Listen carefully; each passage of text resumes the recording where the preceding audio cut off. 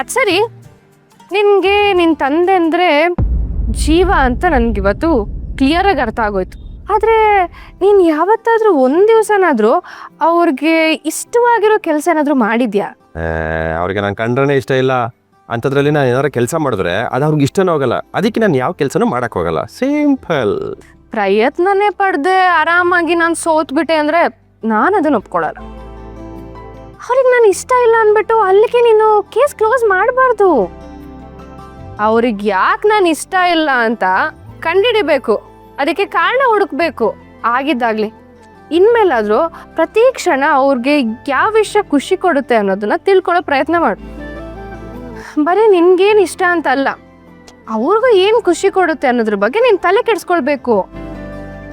ನೋಡು, ಒಬ್ರು ನಮಗೆ ಬೇಕು ಅನ್ಸಿದ್ರೆ ಅವ್ರಿಗೆ ಹತ್ರ ಆಗೋಕ್ಕೆ ನಾವು ಪ್ರಯತ್ನ ಪಡಬೇಕು. ಸುಮ್ಮನೆ ಅವ್ರು ಒಳ್ಳೆ ಮೂಡಲ್ಲಿದ್ದಾಗ ರಾಂಗ್ ಆಗಿ ಮಾತಾಡೋದು, ಆಮೇಲೆ ರಾಂಗ್ ಆಗೋದಲ್ಲ. ಇವತ್ತು ಅಣ್ಣ ತಮ್ಮಂದಿರಿಗೆ ತಂದೆ ಬಗ್ಗೆ ಫುಲ್ ಎಮೋಷ್ನಲ್ ಆಗಿ ಹೇಳ್ದೆ ತಾನೆ.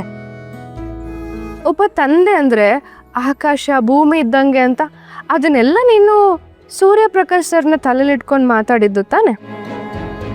ಆ ಆಕಾಶ ಭೂಮಿ ಮೇಲಿರೋ ಎಲ್ಲ ಜೀವ ಜಂತುಗಳಿಗೆ ಹುಲ್ಲು ಕಲ್ ಮೇಲೆಲ್ಲ ಮಳೆ ಸುರಿಸುತ್ತೆ ಅಂದಾಗ, ಬೇರೆಯವ್ರಿಗೆಲ್ಲರಿಗೂ ಪ್ರೀತಿ ಕೊಡುತ್ತೆ ಅಂದಾಗ ಸ್ವಂತ ಮಗನಿಗೆ ಕೊಡದೇ ಇರ್ತಾರೇನೋ? ಮನ್ಸಾರೆ ಒಂದ್ಸರಿ ಟ್ರೈ ಮಾಡು. ಆಕಾಶಕ್ಕೆ ತಲೆ ಎತ್ತಿ ಮೈ ಒಡ್ಡಿದ್ರೆ ಅವರ ಪ್ರೀತಿ ಮಳೆಯಲ್ಲಿ ನೆನೆದೇ ಇರ್ತೀಯಾ? ಸರಿ ಸರಿ, ನೀನು ತುಂಬ ತಲೆ ಕೆಡ್ಸ್ಕೊಳ್ಬೇಡ. ನಾನು ಇನ್ನೊಂದು ವಿಷಯ ಕೇಳ್ತೀನಿ. ಇಷ್ಟೊತ್ತು ಹೇಳಿದ್ದಾಯ್ತು, ಈಗ ಕೇಳಬೇಕಾ? ಕೇಳು. ನನಗೇನೋ ಬೇಕು. ಮುತ್ತ ಮುಖದ ಮೇಲೆ ಬಾರಿಸ್ಬಿಡ್ತೀನಿ. ಸರಿ, ಏನು ಬೇಕು ಕೇಳಮ್ಮ. ಅದು ನೀನು ಏನೋ ನನಗೆ ಕೊಡಿಸ್ಬೇಕು. ಏನು? ನಿಮ್ಮ ಅಪ್ಪನ ದುಡ್ಡಲ್ಲ, ನಿಮ್ಮ ಅಣ್ಣನ ದುಡ್ಡಲ್ಲ, ನೀನು ಕಷ್ಟಪಟ್ಟು ದುಡ್ದಿರೋ ದುಡ್ಡಲ್ಲಿ, ನಿನ್ನ ಸ್ವಂತ ದುಡ್ಡಲ್ಲಿ. ಅತ್ತೆ ಏನು ಹೇಳೆ? ತುಂಬ ದೊಡ್ಡ ಗಿಫ್ಟ್ ಏನು ನಾನು ಕೇಳಲ್ಲ. ಐಸ್ ಕ್ರೀಮ್ ತಿನ್ನಬೇಕು ಅನ್ನಿಸ್ತಿದೆ. ಐಸ್ ಕ್ರೀಮ್ ಕೊಡಿಸ್ತೀಯಾ? ಅದು ನೀನು ಸ್ವಂತ ದುಡ್ದಿರೋ ದುಡ್ಡಲ್ಲಿ ಕೊಡಿಸ್ತೀಯಾ? ತಾಕತ್ತಿದ್ಯಾ?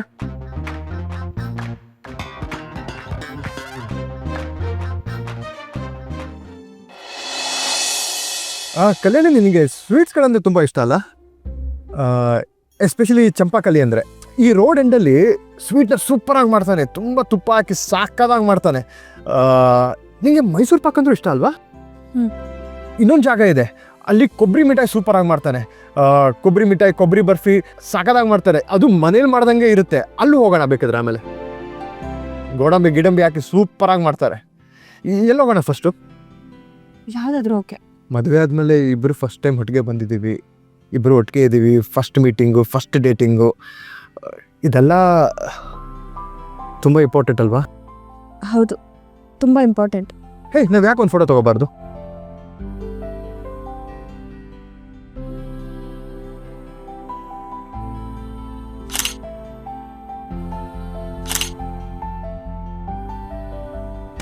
ಚೆನ್ನಾಗಿದೆಲ್ಲ? ಇನ್ಸ್ಟಾಗ್ರಾಮಿಗೆ ಪೋಸ್ಟ್ ಮಾಡ್ತೀನಿ.